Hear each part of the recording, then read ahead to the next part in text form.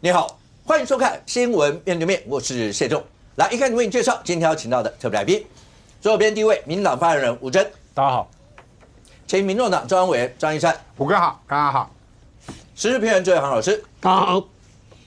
右边为你邀请到台北市议员李明贤，大家好；资深媒体人邱明玉，大家好；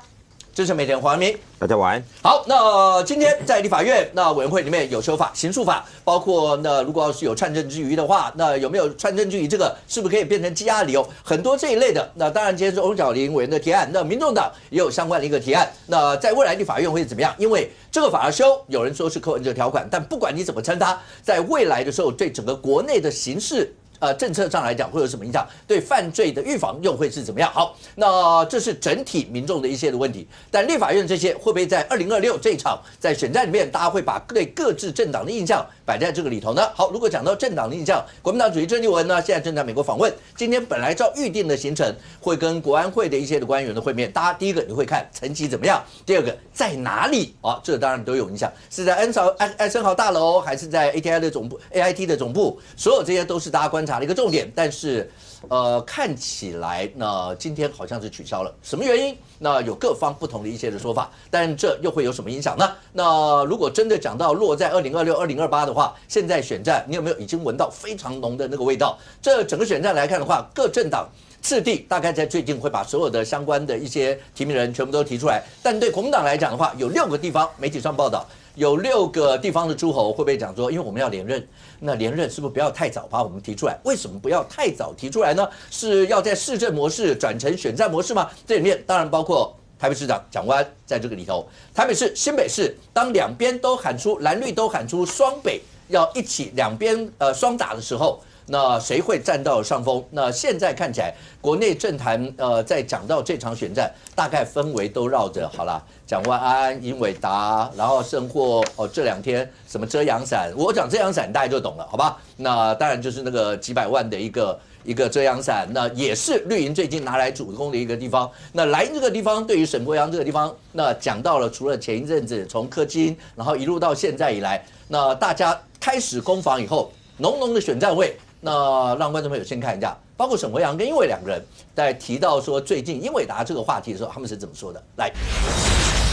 照理说，这个市长应该要亲自来出面回答，而这是人民的权益，议员是人民所选出来的。如果今天人民是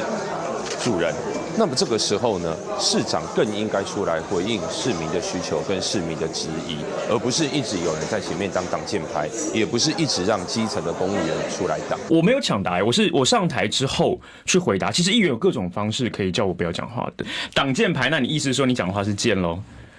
那就是攻击的意思嘛，对不对？那怎么会有人自己这样说呢？如果你说我是挡箭牌，那你所说的话就是箭嘛，所以你的用意也不是给市政建议，而是批评跟攻击吗？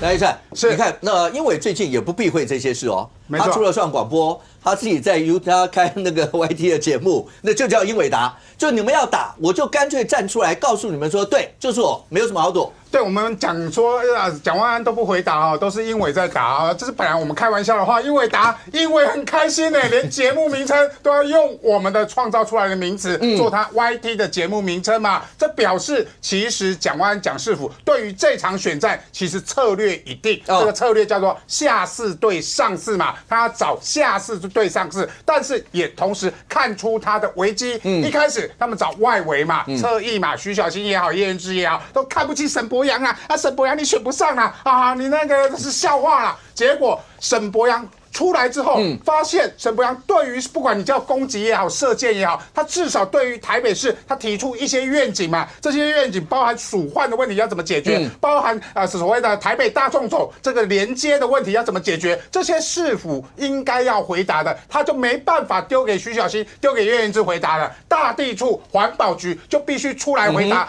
大地处环保局出来回答还不够，现在常进人出来了。英伟直接出来打的嘛，所以才会有英伟跟这个议员之间的这个互动嘛。英伟在蒋万安站在他旁边的时候，跟议员的这些答询，说真的，这个东西不是他所谓的这个研考会的业务，它比较是环保局的业务，要取缔烟蒂、取缔抽烟嘛，那应该是环保局出来答，因为你不应该出来答。那议员叫你说我要市长出来答，你应该就退下去，叫环保局或者是市长你应该亲自出来答嘛。他没有，直接跟议员就抬杠起来嘛，说这个啊，我的市长啊，我的老板不是蒋万安啊，我的老板是市民。拜托好不好？因为你的老板就是蒋万安，蒋万安的老板是市民啊，议员的老板是市民啦。你没有选过举，但你没有任何的选票啊。蒋万安要你退就退，要你辞就辞，所以你的老板不是市民，你的老板就是蒋万安嘛。所以应该是市长要出来回答，不应该是英伟出来回答。但是英伟啊，自得其乐，非常乐啊。他们下班之后啊，现在也有开节目，不只是英伟达，还有一个下班蒋晚安嘛，包含他们的副发言人这个叶向轩啊、魏文轩啊、蔡婉莹，这个是市府的副发言人呐，那个正发言人就是李正轩，他们的发言包含你的研考会的主委都出来开这个 YT 节目啊。但是说真的，他的 YT 节目的流量不高，所以开这个 YT 节目找来第一个的来宾就找徐小新帮忙冲流量嘛，这是他们的策略，就是要冲英伟跟冲这些市府发言人的流量，而找来徐小新。说真的，英伟找徐小新不是徐小新他找徐小新帮忙，他是徐小新的大师兄所以他找徐小新等于是我师妹来协助这场选战嘛，所以徐小新的角色跟英伟之间，英伟其实在过去他是所谓的马办出身的，徐小新也是马办出身的，他在马办等于是大师兄的角色，他在过去在台大演辩社他还是社长，而且还是导师哦，所以他在辩论圈是非常有名的，而辩论圈的性格他就很难孤独的做这个幕僚这个躲在后面的工作，他有舞台，他有镁光灯，他就想要站出来嘛。这也是英伟现在的一个心境，说你们答得不好，你们说的不好，我就站出来，我自己来辩论，自己出来讲嘛。但是重点是位置不对，什么都不对。所以你现在作为一个市府的研考会主委，如果来开节目，不管是英伟达也好，下班蒋晚安也好，这些节目到底代表的是市府的利益，到底是市民的利益，还是蒋万安你选举上面的利益？明显直接问一下，现在看起来的话，刚才玉山说国民党现在定调台北市长这一仗叫下次对上司嘛，就是所有事就是反正那英伟达，然后各局处首长站在一列。蒋万安那因为总咨询结束以后，就可以到每个地方去发挥他蓝营当初所设定好的，希望他当一个带头母鸡，把所有的外溢效益发挥在这次全国选战，是这个样子吗？不过你刚刚讲的是英伟还是蒋万安呢？英伟讲英伟啊，蒋万安啊，蒋万安呐，你故意在诱导我。没有，因为这两个太像了，不一样，好不好？完全不一样。主帅毕竟还蒋万安嘛，所以刚刚易善讲了说什么沈伯洋提了很多建设台北的大愿景，什么蜀换什么大众走，我听了有点迷糊掉了。他呢，这叫愿景吗？照陈时中当初提的才叫愿景。我刚刚去查，陈时中当初提的 slogan 叫把事做好，提了很多交通、托育、公寓，又叫整个所有的那才叫愿景，好不好？建设愿景不是只有你就叫说市政府哪一些是需要改善的，哪一些环境做不好的，你要取出比较大的一个规划出来。我认为啦，始终跑到现在，我认为沈伯洋的用功程度比不上陈时中哦。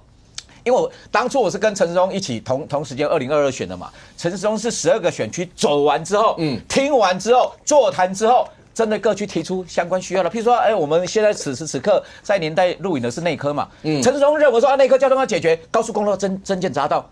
，OK 啊，不错啊。后来市府包括中央交通部认为，内科交通要怎么做解决？除了东环线动工之外。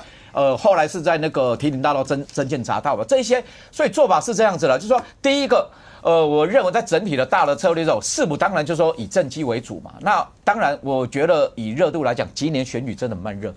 此时此刻，虽然很多蓝绿的候选人看板都上去了，可是就我今年要第3热了，我到现在选举气氛还是比较冷啦。那就是说你在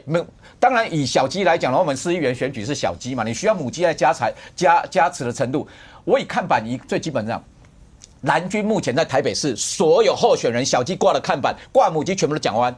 你看不到其他人，你看不到李四川呐，看不到侯友宜啦，看不到韩国瑜啦，看不到郑丽文，全部偷偷贴蒋万，蒋万甚至可以跨到淡水河，跨出去浮选，包括去宜兰呐，包括去云林呐，甚至他也到那个台中啊，跟江启臣拍影片嘛。可是，在台北市的部分，以民党来讲，他们就分散哦。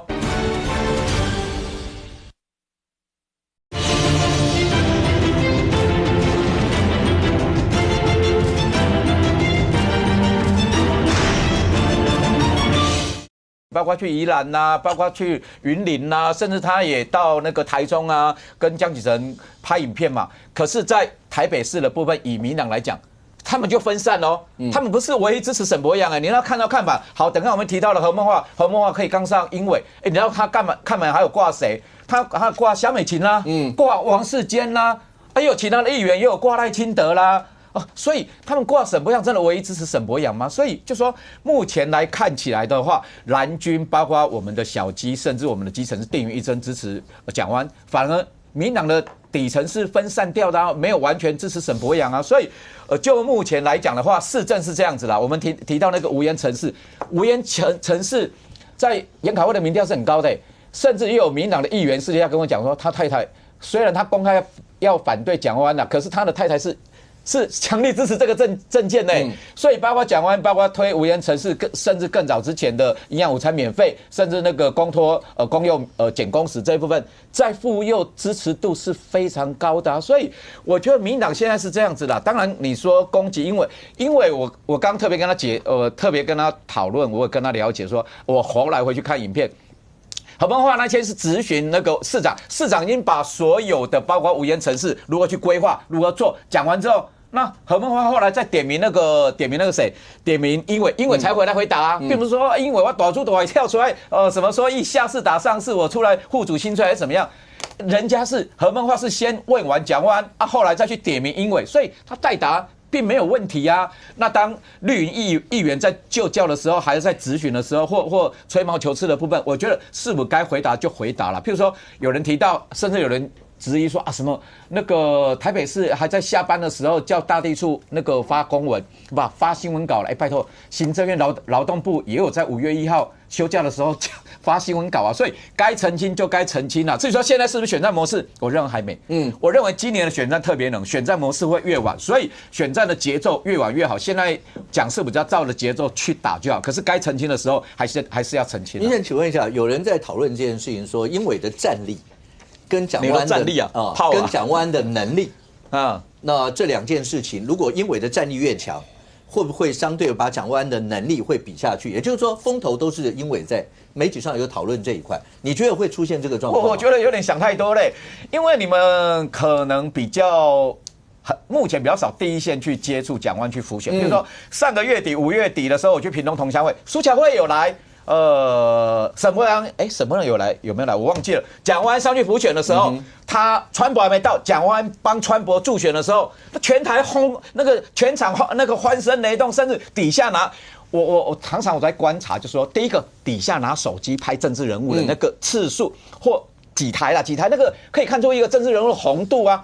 蒋万在底下，我看那个同乡会手机拿的是几十台，我感觉。蒋万安目前比不上当年马英九最红的时代。马英九那时候还不到那个时候，还不到那时候。那时候我在跑马英九的新闻，那多恐怖啊！陪他扫街的时候，那连洗头的那个妈妈，你要洗到一半，马英九洗头妈妈洗了，我不要洗了，冲出去跟马英九握手，你知道吗？万安还不到马英九最红的那个指标，可是万安隐约有马英九当初在台北市长第2任的那一种领袖气息就是我底下那边数。那个拿手机那边拍，苏巧慧也有上去支持。我看底下拿手机拍的并没有那么多所以这个就是声量差别。所以你说英伟市长，英伟就是讲团队，蒋万在前面冲，那英伟只是他的文宣的一部分，还有组织还有其他的他只是说基于说目前他研考，他要管考政见相关推动落实的部分，他出来捍卫，我觉得这是必要的，这是一个政务官基本的担当，并不会抢了主帅的风头啦。小雨。来，你跑过柯市府，然后也看柯市府，包括在议会之间对答之间，包括现在看到蒋市府，因为这一次，然后包括蒋万，那看得出来，绿营主打的就是好，既然你要这样，前面是塑造都是英伟在后面，蒋万跟个布袋戏玩偶一样，然后包括讲稿照念，然后接下来到最后呢，就干脆直接把英伟的战力跟蒋万的能力之间做一个对比。用这样的一些方式，但是赵刚才明显就直接讲说哪有主帅就是蒋万，蒋万该答的他刚说都答啦，哪一段邱小玉你没听到？我们刚刚已经在讨论说英伟要选哪一区了，会不会跳太快了啦？我们刚刚已经要盘算，就未来这个台北市的这个立委他要选哪一区了，但已经在帮他在盘算了。我觉得你们港湖啊，叶秀呢？没有啦，还有那个文山啊，文山赖世宝啊，那一区啊，对啊，就好了。就大家觉得说，那你没有要选，你干嘛这么出风头？因为这次要选的是蒋万安，那确实是你是把蒋万安的风头整个盖掉了嘛？不要我们说啊，就是现在这个声量看政治啊，他已经就做了一篇嘛。那其实这一篇你整篇看完，其实我不觉得说对蒋万安是有正面的一个评价。那好，我们先来看声量的部分。你看到就是说，自从英伟出来之后呢，这个绿营的影片啊，本来是从5、6支哦，就是这个你说做这个什么影带的啦哈，那现在一路已经飙到31支了。你说不管是打英伟、打蒋万安，或者说是捧沈伯洋什么之类的，就绿营关注的影片已经是一路的上升了。那反而蓝营之前，比如说在做蒋万安的一些的影片啊，是整个已经停了，而且已经到0了。就代表说大家都就连蓝营关注度哈，或者说去做蒋万安的影片，连做都不想做。那这到底是怎么样的现象呢？所以你要看出来，就是英伟是不是功高震主，已经是，就是说做到连蒋万安都不被关注了哈。那再来，说实在，我们为什么今天要讨论蒋万安？我们今天讨论蒋万安不是因为沈伯洋的关系，不是他们两个对打，今天是因为有英伟所以我们才来讨论蒋万安。如果没有英伟的话，蒋万安这个题目搞不好摆在后面，我们都讨论不到。那再来啦哈，就说我觉得这个标题写得不错，就英伟从防火墙啊，已经变成了导火线。好，那如果说今天你没有英伟的话，那蒋万安你还是维持那个温和市长的人设，我们也不会讨论到说蒋万安你是不是从温和市长然后变成到一个空心市场的一个角色，所以你今天已经变导火线了嘛？包括说这个蒋万安之前在看 iPad 啊，然后是不是什么超偶，英伟是不是超偶师啦，甚至什么柯南跟毛利小五郎这个什么都比喻都出来了，所以你看他已经变成蒋万安是不是空心市场的一个导火线了哈？那再来就说职场伦理的混淆这个部分也变成讨论焦点。我举一个例子啦，我不要举何梦话，那个已经好几天了。我举昨天烧起来的那个影片是洪婉珍洪婉珍去质询这个也是英伟的这个部分嘛哈。我觉得有一段很有趣有一段就是说后来洪婉珍受不了，觉得英伟太傲慢，因为英伟上来就这样那说话就很傲慢。后来洪婉珍就找了台北市府的这个秘书长王玉芬上来，就说那你觉得英伟这样子的态度是 OK 的吗？你觉得府会关系要和谐，那英伟一直杠议员，你觉得这个态度是 OK 的吗？就王玉芬说什么？王玉芬说呢，应该要用谦卑的态度，而且他还帮英伟缓颊他说因为英主委啊年纪比较轻所以应该是他的回应是比较直接的，那有所学习。结果你知道英伟听到这句话，他就说这跟年轻没有关系。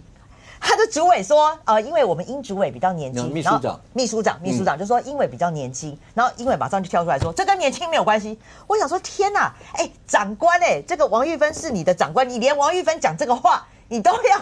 杠他。我想说，你这个辩论社是整个辩论魂上升了，你都看不清楚敌友，人家是在帮你缓颊，然后你连长官的话你都要去反驳他。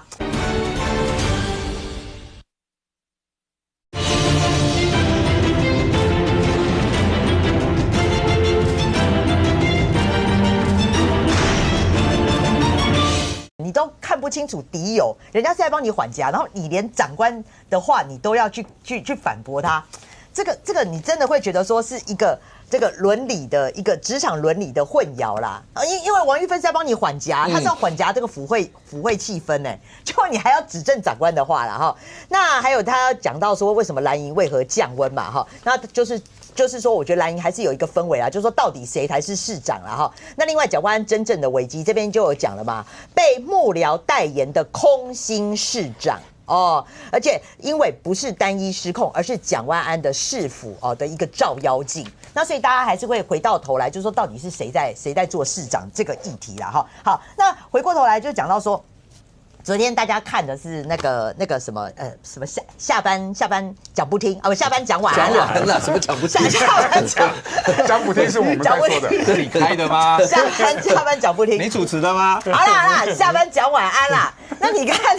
他要找的是徐小新，对。可是我觉得你要找徐小新，我觉得你们两个就自己谈，你们两个师徒谈就好了。可是偏偏你要把那个4个发言人都坐在那边当你的背板。那我昨天看到的是说，那4个发言人好像从头到尾都坐在那边乖乖的听嘛。那我觉得你找那4个发言人到底要干嘛？而且我只看到一个比较好笑的画面啦，就其中呢，就是说其中有一个那个副发啦，他的手机就突然就突然响了，然后掉到地上，然后他们就是那3个小女生就在那边一直眉来眼去，一直在那边嬉笑。那当时那个英伟是在跟徐小新在谈很严肃的王敏生何梦话的话题。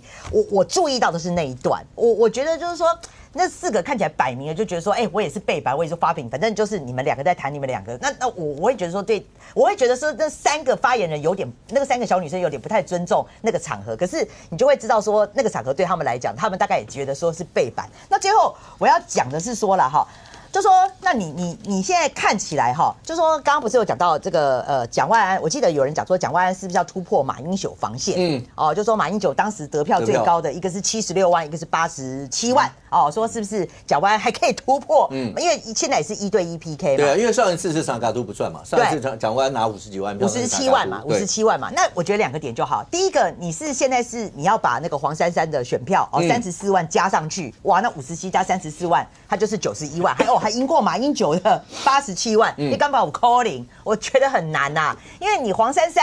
对不对？黄珊珊她这个是年轻人，就是也比较吸引年轻人选票。可是年轻人，你说会投给蒋万安，或者对国民党，好，但我觉得这是一个考量。但我觉得最重要的考量是，当时马英九他是当时蒋万安当时的这个马英九是有李登辉的加持，李登辉在最后一刻把他的手举起来，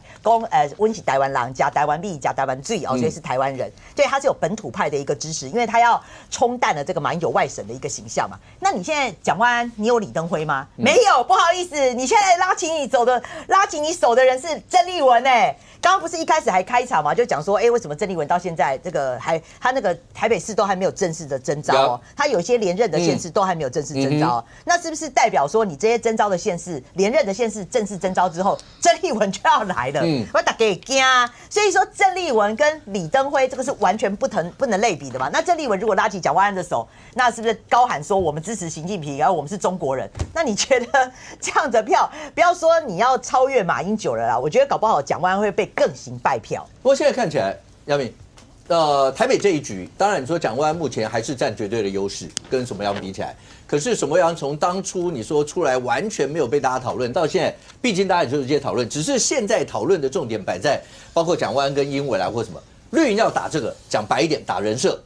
直接把蒋万安打成无能的人设。那到目前为止。英伟似乎在讲说，他是就是好没关系，我打蛇水棍上，我就当草船借箭的那个草人吗？你把箭全部都射我身上吗？然后蒋万安这时候有余裕可以到每个地方去吗？可是如果讲说双北，刚讲，因为这一仗打下来，对国民党绝对丢不掉的一席一定是新北。可是新北看起来目前打的跟麻花一样，就是大概55波这些。蒋万安还要分神跑其他地方的时候，更重要的是跑新北吧。只是现在对他来说，刚才所讲打的那些效应，包括这2天绿营有人在打那个什么遮阳伞就那个几百万一个遮阳伞这些真的都打到了蒋万安的一些吗？那但是对于绿营来说，绿营除了这些，刚刚讲他不是只攻啊，绿营保五那个地方，他们保五另外喊抢4抢的是新北。可是那个保五现在大家除了你说澎湖那一区，那个地方因为那个首长那有一些的状况，那是不是身体的状况，要不要换人这些？高雄变成大家说那蓝营一直看的是高雄，真的会出现这些状况吗？对，首先我们先讲这个英伟，当然你看，当你看到他用英伟达来当他的直播节目的主题，是这叫将计就计，就是你要给我设定这个绰号，我就拿来用。那他为什么那么喜欢被打？因为本来蒋万安就设定他当所谓的分身战法，就他就是攻击手。从蜀汉开始，这些议题，英伟就已经开始在做什么自媒体开始有些是在介绍一些什么生态啊或什么的，但是他做一些小短片，你就发现，奇怪。英委是研考会主委啊，他不是什么新闻局长啊，对啊什么发言人啊，他不是什么观传局，他都不是以前我们讲的发言管道的。要不然你也是这个什么副市长，类似这种，副市长兼发言人，对，理论上你应该要更高层级啊，或者说。但是以研考会主委，因为研考会通常是在做市政政策分析、满意度的这个调查，或者说给市府直接做政策的研究的。可是呢，当他站到第一线，那谁允许他站到第一线？当然是蒋万安，当然，所以他本来就被设定为这次选战，英委就是扮演那个你要说他是被当箭靶被打的，他其实也是发箭者。我们可不可以这样形容？在战场上，你看火力最强的，譬如说，同样一道防线，我拿的是步枪，如果杨明如果假设是机枪手，那你的火力最强，但是相对你会被攻击的机会最大。当然，因为敌人一定先把机枪手干掉。然后因为其他那些火力你点放怎么表，所以英伟现在就扮演这个角色。没错，就是其实某种程度因为最近很喜欢用这个动漫来讨论台北市长那个JoJo的奇妙冒险，奇妙冒险替身战法就是现在某种程度蒋万安就召唤一个来专门跟你打选战的，可是呢他就专心在市政的议题上面，所以英伟要负责攻防，可是呢当你今天变成是市政议题，蒋万安就回到他市政的那个比较保守、比较温和的态度，他不要当攻击手。那像何孟华他们那些，或是议会在这个，他是算是市政议题，还是算攻防？其实你会发现议员也喜欢找英委当然了，为什么？因为有版面因为找他，你看那个火花，你问蒋万安不会有火花，不容易啦，应该说不容易，因为蒋万安通常相对来讲讲话比较保守，他都会讲说这个有议员的建议我们来研究或者那议员那这个就没啦，这个题目就可是我找了英委上来，不管英委讲什么就上版面 ，OK， 所以我说这个就是他们原本设定的要的效果，蓝营设定的效果，对，因为其实蒋万安团队要的就是让英委跟这些议员去做直接的这个直球对决，所以这个没有蒋万安的这个授权是不可能让英委变成这样的角色，包括你说去开这些什么直播节目，这个，如果老板不答应，对，这个绝对都已经叫做我比较不赞同刚刚阿贤讲这就是选战的开始，这就是选战的布局所以也就是说，英委在这个台北市政府的团队，他扮演了选战的先行角色，那个叫做超前部署，因为还没有进入到选战的肉搏，可是他要负责做攻防。可是会不会他这个角色发挥的太淋漓尽致了？当然，他搞到最后，大家就只会讨论到这一块。蒋万安，因为如果你要当全国的扛把子，你要在全国当母鸡跑的话，你势必要有那个霸气跟那个分量，能够带着所有这些。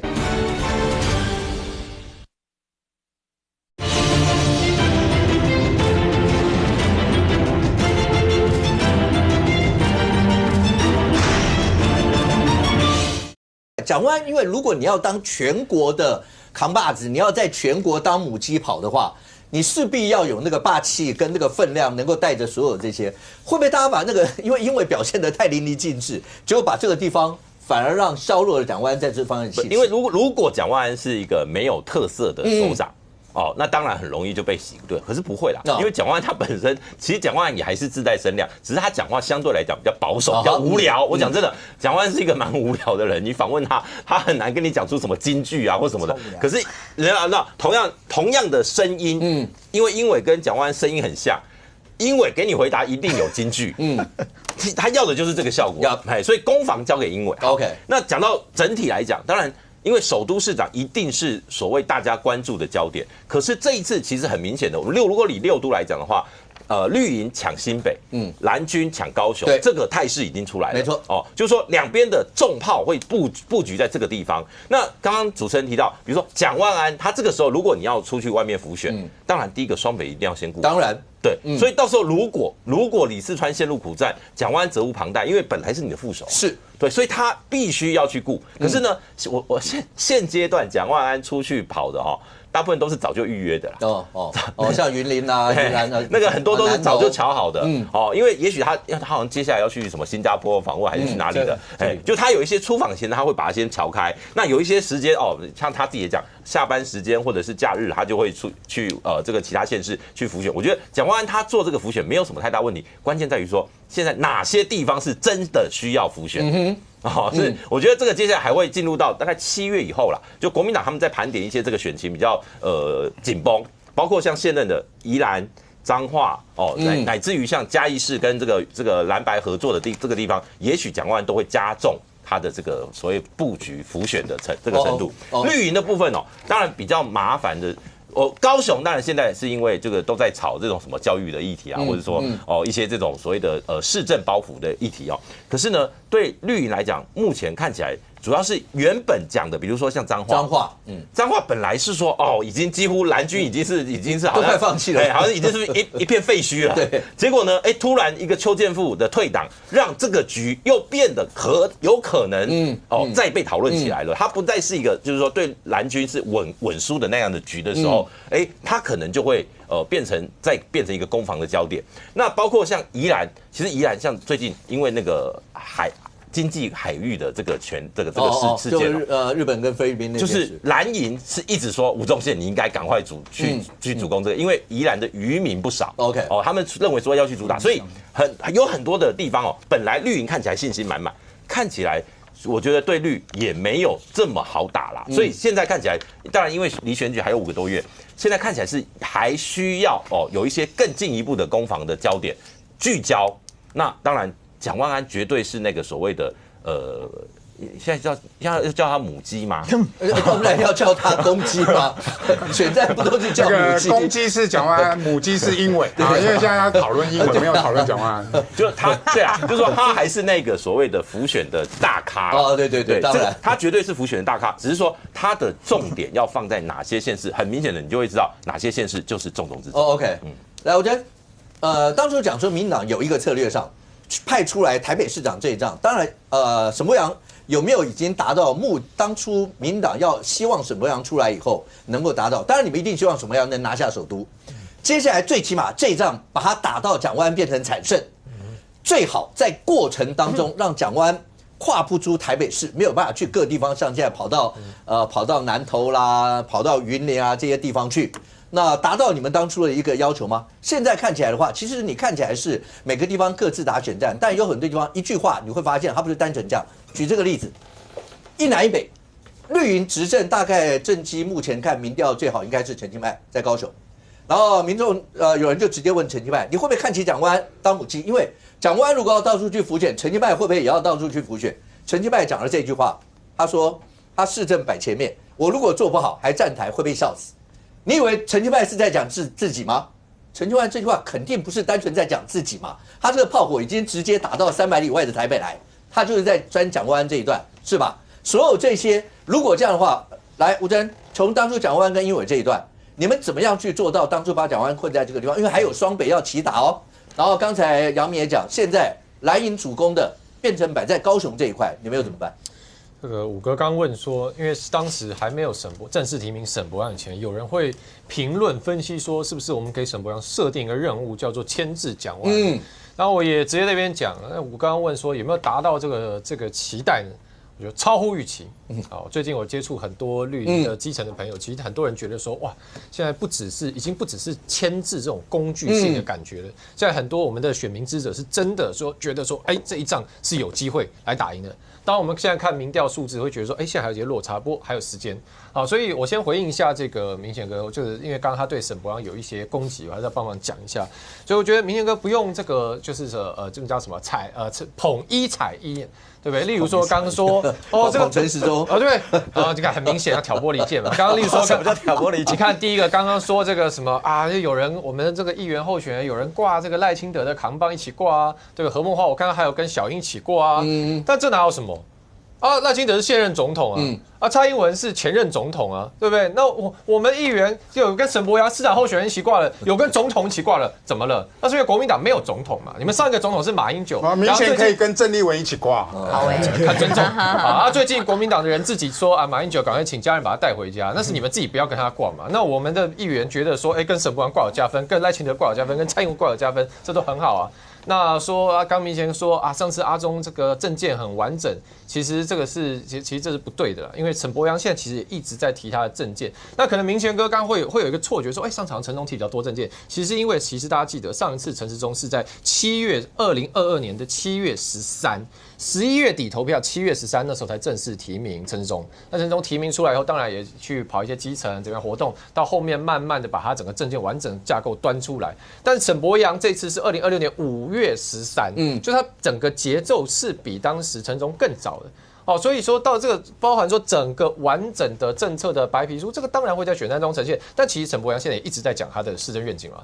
包含刚刚其实最近很多国民党朋友在骂，例如说沈柏惟提这个亲子同行卡，国民党的人会去攻击他。沈柏惟提说他要做台北天际线，要把台北的这个山道跟大众运输路网更结合等等。其实这个都是他在讲说未来如果他当上市长他要怎么做嘛。那反观是蒋万安，我觉得现在好像觉得说他是真的把自己很保护起来。我至今为止没有太看到蒋万安跟大家讲说，如果他连任，那下一个台北市4年跟现在4年有什么不一样？这个事情我现在真的看不到。那观众朋友们，大家可以想想看，最近有没有印象，蒋万安有跟大家擘画什么未来愿景？是没有嘛？那所以包含这个刚刚明贤哥还有提说这个无烟城市等等，其实这个就回答到何孟华跟英伟那一趴了。就是事实上，你说无烟城市这个理念有没有不好？没有不好啊，无烟城市好啊。但问题我们在包含我们议员在质疑的是你的执行的层面到底有没有做到嘛？你不要只会讲漂亮话嘛。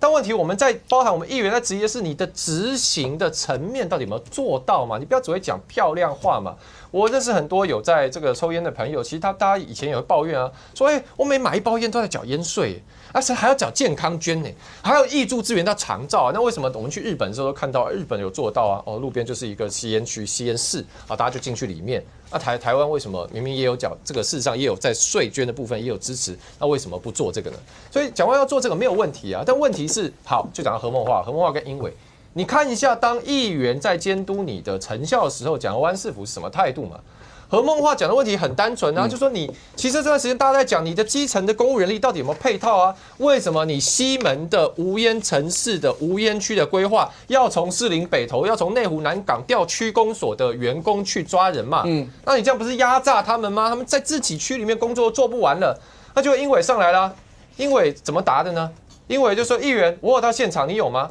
我有在第一线，你有吗？议员，你没有到第一线的人，你不要跟我讲这些。你看，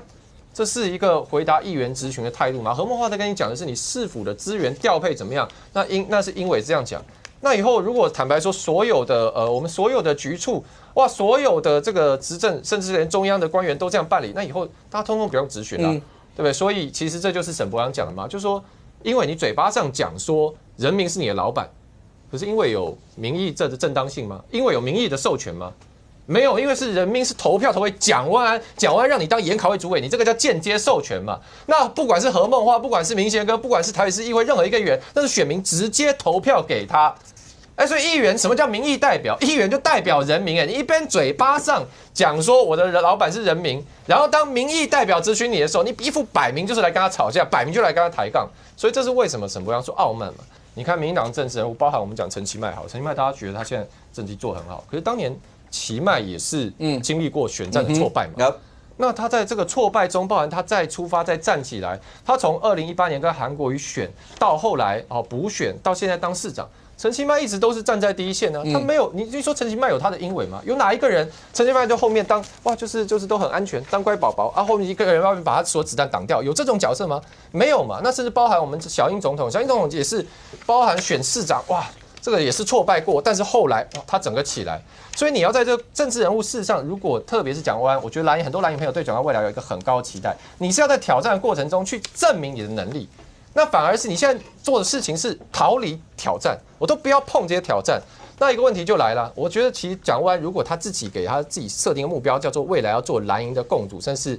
他的目标了。那我们是希望在这一次的市长选战就是可以挑战成功把它打下来。但如果蒋万安是他的目标是说我连任以后甚至要来攻大位的话，你现在一个问题最大，我讲直接就是很不帅嘛。对，你看蓝营选民想要什么？包含从当年韩流到现在郑丽文。蓝营选民也觉得心中有一口气啊，他们想要找一个敢战、能说他们心声的人。那蒋万安相反的，刚刚武哥说霸气，有吗？蒋万安现在的人设跟霸气这2个字形象距离非常之远吧？刚刚我忍不住要讲一下，虽然可能有些观众朋友不知道，但是刚刚波基哥讲说这个JoJo的冒险野狼替身，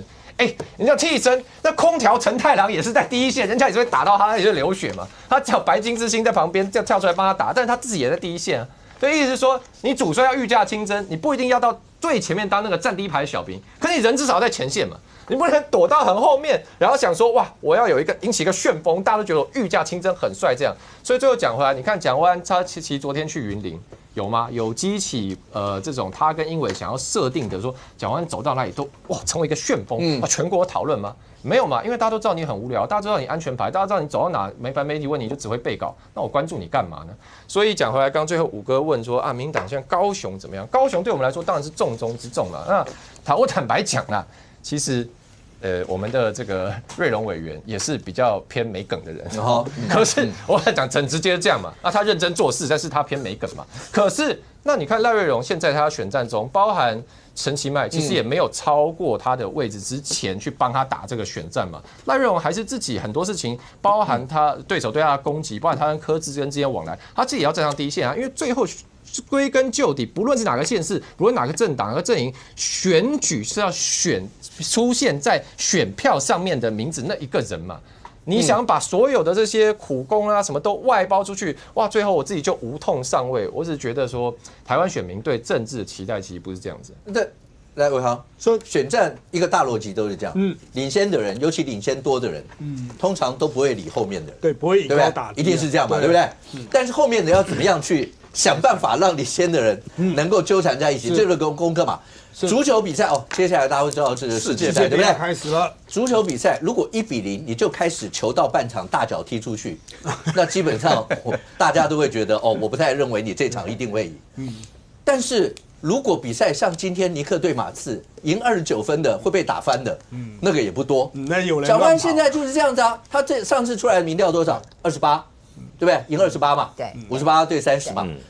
我就用这样的方式，刚刚讲对，没关系，你再怎么骂，再怎么弄，我都无所谓。你去看《三国演义》，就算有人要羞辱司马懿，在里面穿一个女装在外面叫阵，然后讲你是个娘们儿什么，他都不理你。那让你叫，我就是这个样子。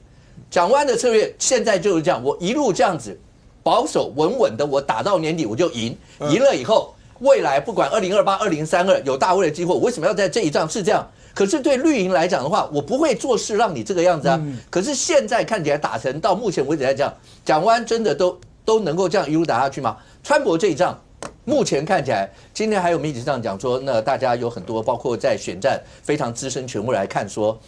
这一仗苏巧慧有机会赢。其实不需要权威，大家应该都看出苏巧慧当然有机会赢啊，只是现在民调这个伯仲之间谁赢谁输。看最后，所以现在打双北这样子打两双北共治、双北共好，2个这样打起来，你现在整个看起来整个大战略来讲，未来会是怎么一个变化？双北的确是千丝万缕牵在一起了，因为毕竟很近，而且重点是双方的人马，特别是川博和蒋万安的人马，也有一些交互的关系。我们先来看台北的这个不管你是讲说为什么。突然会打了这么样的这个英伟这么往前冲搞到好像什么阴魂不散的感觉，每个议题都有英伟。其实我在大概1个礼拜前、2个礼拜前，我有接到台北市研考会的民调电话我自己接到家户电话接到。那英伟他其实是研考会主委，所以这是他自己的业务。那他问的问题有2个方向，第一个是老鼠，有没有很常看到老鼠第二个是什么？当时我听不懂。但是现在我懂了，当时他问的问题是你觉得台北市的人行道上面设一些遮阴的东西，你会支持吗？这样闪当时我真的不知道为什么会问这个问题。我做政治这么久，为什么你突然问这个？现在原来烧起来了。所以一个是老鼠，也许这是民进党主打的遮阳伞呢。英伟知道这是一个议题，至少嘛，因为他研考会主委就合下去了嘛，这一定他知道。请问一下，遮阳伞就是因为贵吗？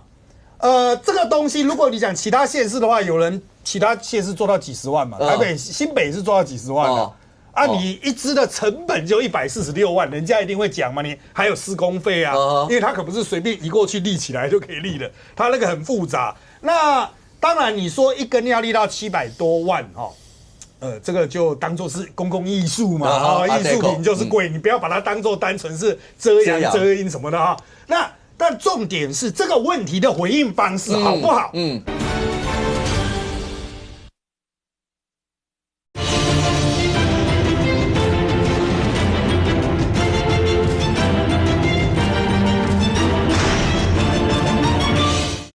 但重点是这个问题的回应方式好不好？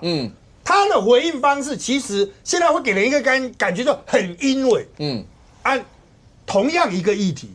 骂的人各党都有，国民党也有议员发稿说问那一次说为什么是600多万，可是回击的时候是挑明指明民进党的议员在骂。它不是一个局处应该回应的方式，所有议员都有问啊，有人300万，有人说400万，因为他是把一个预算分摊到4个局处里面，还有没有藏在其他局处都不知道。那你只挑着一个骂，那大家就会觉得啊，这就是政治攻击，真的选战就开始了。然而其实大家想事情都想的有点长远啊，就是连国民党的人也都会说，为什么英委要这么积极？为什么呀？也就陈武哥刚刚破题问了啊，你领先这么多嘛，少做少错，是啊，这个选战一定都这样，啊。我说啊，你的这个意见很好，我们带回去研究，你就拜拜，跟中龙锦一样啊。有人会觉得苗栗有在打嘛？好，所以现在的问题就是因为一直提醒说，现在有选举，我在第一线，台北战神了哈，这个是我们就讲一个很现实，如果接下来办造势晚会，隆重介绍，这是我们殷主委上场，期待是一片欢呼声吗？如果是的话，台上其他要选的议员候选人，作何感想？所有人都想啊，你有要选吗？为什么光环是在你身上？也就是说，蒋万安在这一场选举中，假设真的形塑出英委这个战神，所有国民党都会问，那他选哪个位置？不是这一仗，下一仗吗？蒋万安跑去选总统，你要补他的市长吗？还是你要去挑战我们哪一个国民党的立委选区呢？对不对？这是大家最现实的嘛。徐巧芯会觉得，这我师父啊，那如果我师父要选台北市长，我徐巧芯还要不要选台北市长？像这种问题，其实就是你现在看起来好像这不是一个未爆弹，那会延伸到他接下来大家的各自的布局吧。好，它会不会影响到国民党接下来的合作？这是一个问题。再来就是李四川，我要从这边讲到李四川，为什么？因为很多人在问，为什么也不到府中无大将，英委当先锋但很明显有一些蒋万安的人，他可以叫来帮忙的人，现在在川博那一边，这是大家都看到的。我们认识一些能打的，都是在川博那一边呐。好，那就代表蒋万安现在说，有一天觉得，或许不要让英委在前面就冲，换个人吧，无人可换了。几乎所有的能够打的替补的球员，能够打的二线，好的幕僚都在川博那一边，所以实际上这两边是命运共同体。为什么去救川博？因为他民调都比较近嘛，蒋万安领先20%，那边就是5%。可是川博现在表现好吗？像大家现在在网络上传的，除了那个三重的发音重点是三重发音，大家打来打去就算了，川博好像很在意耶。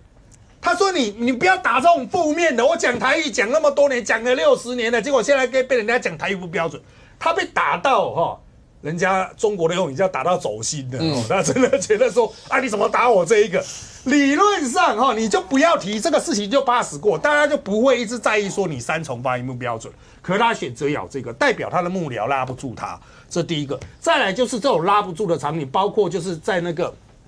先社宫。那个中药大会上这个大家其实就是行礼如仪嘛。可是被人家拍到2个画面，第一个就是人家问他要不要就要做苏巧慧旁边，结果他不愿意做。那再来是苏巧慧上来讲话的时候川博离场，然后现场大家就直接一定会有一些情绪反应吧。理事长就直接就说他支持苏巧慧这样子。其实像这样子的活动，你去行礼如仪就算了，船过水无痕，没有人会在意一个选举几百场活动，但是这一场。也许就会被人家挑出来一直播，你看，他就不愿意坐过去，气量真狭小。所以现在川博面临的他是还有领先的，我认为他是还有领先，可是他的领先的这个消耗幅度呢，他不是因为幕僚关系，好的幕僚都在他那边，他现在面临的就是如何去控制自己，去配合幕僚给他的作业。我觉得这是没有选举过的川博最大的挑战。小雨，对川博来讲的话，这一仗要面临到的问题，除了刚才好了，那我好像直接讲到先嗇宫这一场，因为这一场。大家都知道，先嗇宫其实跟国民党副主席兼秘书长，对，那大家都知道关系非常密切，所以有人把这场视为说看作是蓝营的主场，那但是在这一场那个中药商工会的理事长直接讲了说要支持朱晓慧，那刚才伟航讲的那几个画面，对川博来说是选战打到这样，真的有点心烦气躁，所以会这个样吗？还有另外一段是。这个整个打到现在来讲，财产的问题，因为你那天在节目也讲，就是当又不敢讲说打那个大卫总统选战，或者是这样打到这种直辖市长，当讲到财产，尤其那个财产又是跟任职公职的时候，那要买的房子或者什么有关系的时候，光在这方面绕这个问题已经绕多久了？绕3个礼拜了。3个礼拜了。对，这些对川博来讲，会是未来那很困扰的一件事吗？还是他在诱敌深入？就是我就这样到最后我一次先出来，让你们大家那眼镜破一地，就是这样。今天哪有扣0啦？如果他可以讲得清楚，早就讲清楚啦。对，那坦白讲，这个3个礼拜的这个话题，那要怪谁啊？不是怪李四川，对不对啊？不，那怪我们吗？因为他现在已经是这个房产已经讲到第5个了吧？第5个借口了，是讲到说是鼓励，对，那鼓励他不是说977万。可以，这个股利要付977万，那大家帮他算过嘛？你的那个股票至少要2.5亿耶，你要2.5亿的股票，你的股利才977万。那但是大家看他的财产申报嘛，财产申报他的那个股票全部加起来是200多万，那一年最多也不过11万，我们都帮他算清楚了。那所以到底哪来的977万？所以对，那讲不清楚是怪我们吗？那我已经跟他讲过了，你从之前的韩国瑜，然后一直到这个侯友宜，都是栽在房产问题上面嘛，所以他如果不想陷入这个话题，我觉得最近大家是已经没有在讲他那个房产了啦，因为就是你都一直不讲清楚啊，那这个就是一个烂账。好，那回过头来，你说昨天的那个场合哈，那个场合。国民党的人是有觉得有些冤枉啦，因为他说其实是苏巧慧迟到了10分钟，所以大家就了定位，那所以才会有那个理事长问他说你要不要跟这个苏巧慧，那被拍到好像是李四川不愿意，那国民党觉得很冤枉，他说明明迟到的是你苏巧慧，那为什么要我换位置？对是这样，但是而且他们你帮李明贤讲了啦。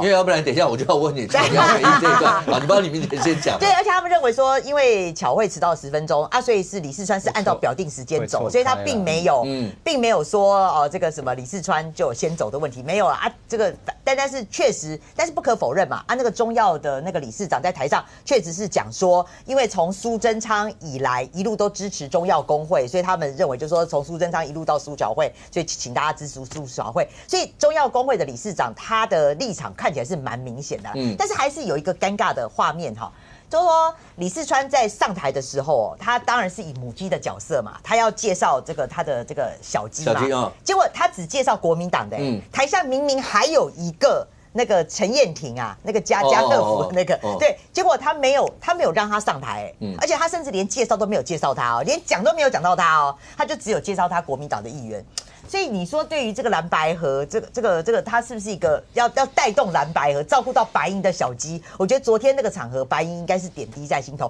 反观是苏巧慧，他还有特地到台下去跟那个陈燕婷握手，还有跟他这个稍微小聊一下。所以我觉得哇，那这个白营你现在是要怎样支持李四川吗？那我最后要讲了，就说。李四川的部分当然就是说你说苏巧慧的部分，他有提出什么样的政见？有，但是你说有没有讨论到？看起来也没有讨论。对，就是说政见对于一般民众来讲，你当然这个你说候选人讲说我都有提政见啊，什么6大安心啊，8大福利啊，什么这个大家都会讲。可是你说真的去针对政策的攻防我觉得民众比较少关心。可是问题是，我觉得李四川不要说人家讨论到你的政见，你现在只要每丢一个政见。大家都觉得是有问题的，比如说你从最早的瓢虫公车，区有饭店，然后要做一个什么类似公营饭店，就大家觉得你为什么要一直盖饭店？那昨天昨天还有他宠物医院吗？对，动物医院，他动物医院的那个政策是讲说，如果你是认养小动物的话，你可以免挂号费。他丢出这个政策啊，结果也被骂啊。那大家会觉得说，那为什么你要养毛小孩？很多单身人讲说，我单身，我都还要帮别人养小孩，我现在连帮别人养小孩不够，我还要帮你养毛小孩。所以这单身人觉得说，那你养宠物是你自己要养，那为什么我还要帮你要这个还要转嫁到我身上？那大家有问说你的这个财务规划在哪里？所以我就觉得说，哇，那你看那个苏小慧她也丢了一堆政见嘛，那你说没讨论就算了，可是至少不会被骂。那小玉，请问一下，对郑丽文来讲，这一仗他会在年底这一仗扮演，你觉得对国民党会是正向还是负向的一个角色？因为今天传出来的那个，包括本来要，因为大家会关心的是他这一次到国外去，你到底见了谁，然后安排什么，这一定是他观察的一个重点嘛。那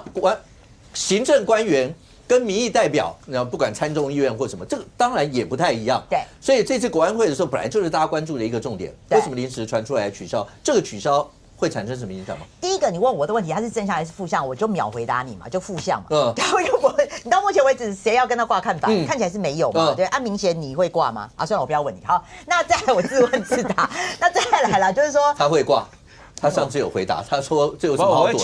我会请他来助选助讲总部成立会议啊。可是他上次回答过啊。没有，我不挂。但是你会不会避讳他来这些事情？不要，我要请他来啊，来助讲。我绝对有加票呀，那没有加票。有没有听到？小玉来讲，绝对没有加票。可是对我们蓝军来讲，我们要争取的是我们自己人的选票，我们争取的不是小玉的票。而且小玉烧成灰，他都会投给沈伯洋啊，放心了。没有，我跟你讲过很多次了。他会投李明贤嘛？我跟你打赌。我有那个郭启，人家已经6面了，不要再打赌了。你拍照出来我就兑现。拍照出来，我跟第二个照片，引诱犯罪，欧北来，对啊。好，那回过头来讲到今天最主要是郑丽文啦，因为今天有一个独家消息，就是说郑丽文她现在人在华府嘛，那重中之重就是说她重中之重就是华府了，大家要看到你到底见到什么样的官员嘛？就今天有传出说本来已经要到这个国安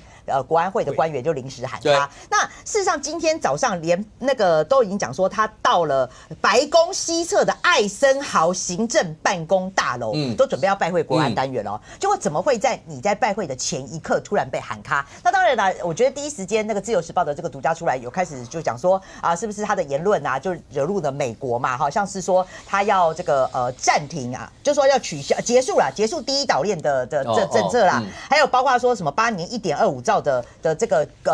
军购条例啊，被郑丽文讲成说是空白授权，那美国当然很不爽啊，就觉得说，我这已经是美台双方谈了那么多次，怎么还叫空白授权？那甚至就还被你大砍到只剩下7800亿嘛。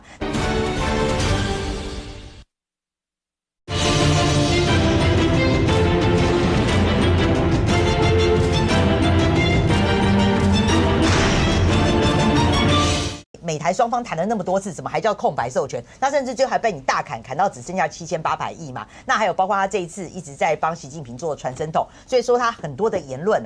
都得罪了美方，所以就临时喊卡。可是我的消息是说，他真正踩到美国的地雷是秦鹏珍啊？为什么？是秦鹏珍？为什么一个秦鹏珍你讲这么大？我的消息是说，秦鹏珍似乎没有在他14人的名单上面，就是他当时因为你递出去嘛，你要给美国知道说你的访团成员有谁嘛？那在他的访团成员里面是没有秦鹏珍。那后来秦鹏珍不是出现在美国嘛？那国民党就赶快解释是说，一起赶紧飞来啦，这个不是我们的团员，他是自己飞来的哈。就像那个什么统派那些人，他不是主桌，他是自己要做，就大家看你相不相信嘛？那对美国人来讲，你觉得他会相信是这一套吗？那好，所以我们当时就在看到秦鹏珍，我们也是觉得很意外啊。那你要访中，你带秦鹏珍去，那 OK， 因为他是中配，他是中配，然后再加上他是他虽然是台商，可是他是台企联，他跟台企联有密切的关系。好，那你现在去，你第一个你没有在访单的名单上，然后你出现一个这么身份敏感的人，那你说，譬如说国安会的这些人跟你见了，或是国会议员见了，那你是不是我不知道秦鹏珍会不会在场啊？因为但是他是中常委，那当然美国方面也会担心说，那是不是秦鹏珍？你不要说他是监军了，他中国的监军就算了，那会不会变成一个马上这个传声的一个管道？所以就我了解，就说行政单位对于秦鹏珍去是大为光火。OK，那是不是因为这个理由去取消一个会面？还有就我了解是说，行政官员不止就是说取消跟国安会的见面，他也跟一些美国议员讲说不要跟郑丽文见面。所以你可以看得出来那个一个很明显的那个图恩呐，就是美国参议院的那个外委会的的主席，他也讲说他没有要跟郑丽文见面，所以我认为说，是不是秦鹏珍还有他的一些言论踩了美国的地雷？我觉得这个是国民党要注意的地方。来，云贤，那对你们来讲的话，这些会造成一些影响吗？如果因为秦鹏珍是什么，如小玉讲的说是习近平的代言人监军的话，那川普不就完蛋了吗？川普不是叛国罪，背叛美国的利益，川普直接跑去见了习近平，还谈了那么久，而且还邀请习近平今年回访美国，哇，那完蛋嘞！依照小玉的讲法，川普变成美国头号通缉犯、头号叛美国的一个大罪人。这波赶快哦！我觉得这种完全这种逻辑完全似是而非，而且就美国，你做给努美国不？去美国现在要重新办签证呢？美国如果对平衡针有意见的话，那卖回利比得赫啊，所以讲这种完全似是而非，这种抹红我就标准就是说看到只要看到 K 看到国民党就说你也政见败啊，你这一点抹红这样，比如说。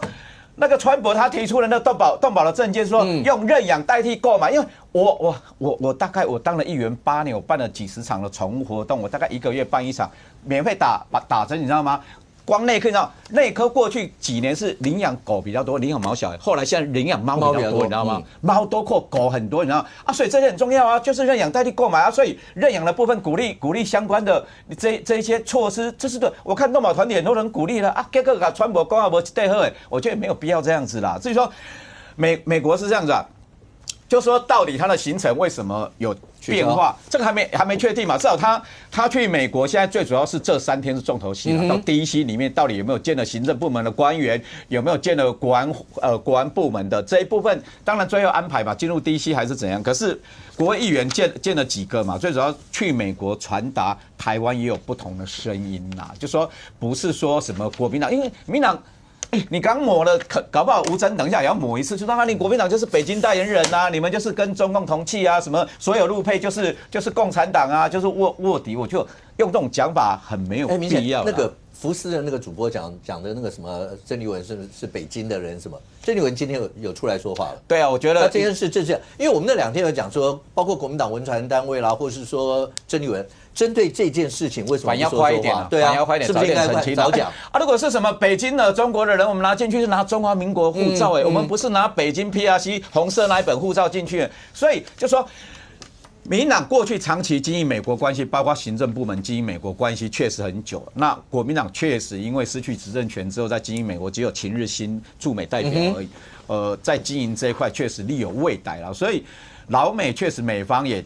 接受了民进党的那一块，很多人认为说你国民党为什么包括在军购这些会形成一个刻板印象，所以必须透过这次访问美国，包括跟智库座谈，跟美国的国会议员碰面，必须传达说台湾有不同的声音，即使必须要传达说，即使如果哪一天。台湾中华民国政党轮替之后，国民党执政之后，也不会损及说美方的利益啊，维持台海稳定，包括军购的持续。所以，包括郑丽文提到，他在出访之前不是接受媒体访问吗？他说他反对接受各种武力形式的压迫，甚至各种形式，这也包括任何威逼利诱啊。你比如说我是中共同路人，如果我是中共同路人的话，我就接受你北京赶快来统一。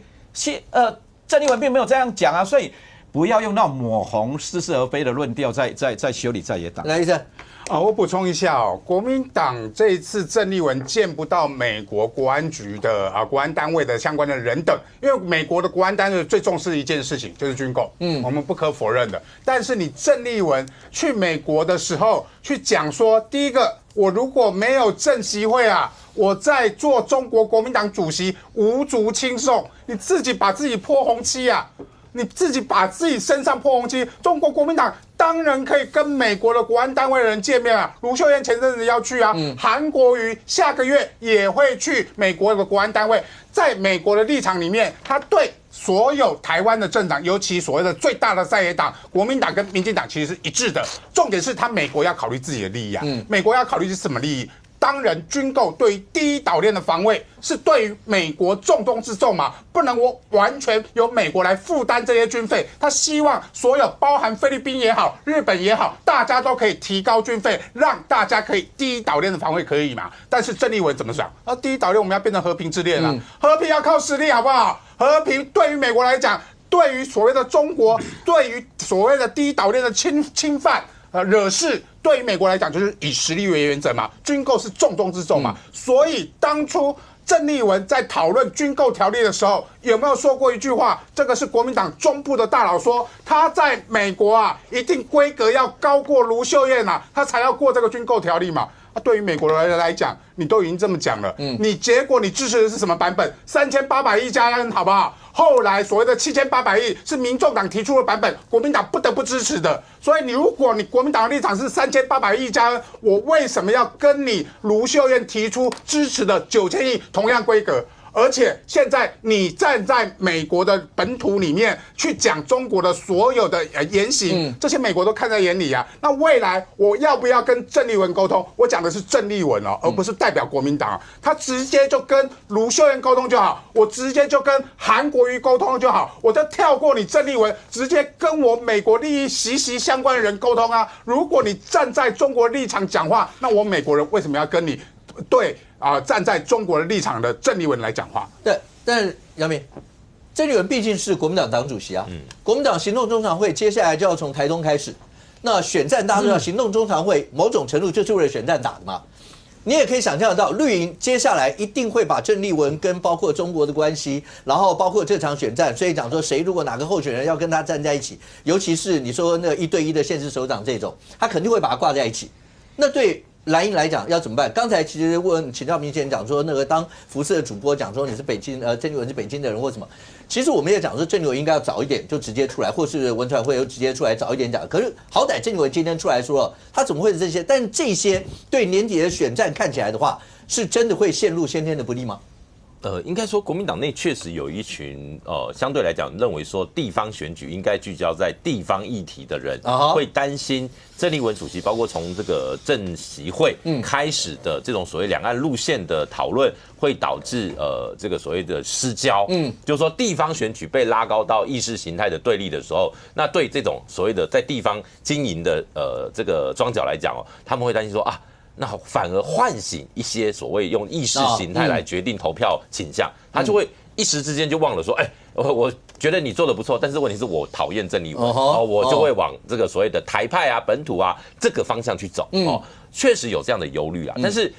目前至少应该说政协会后，国民党内没有看到太严重的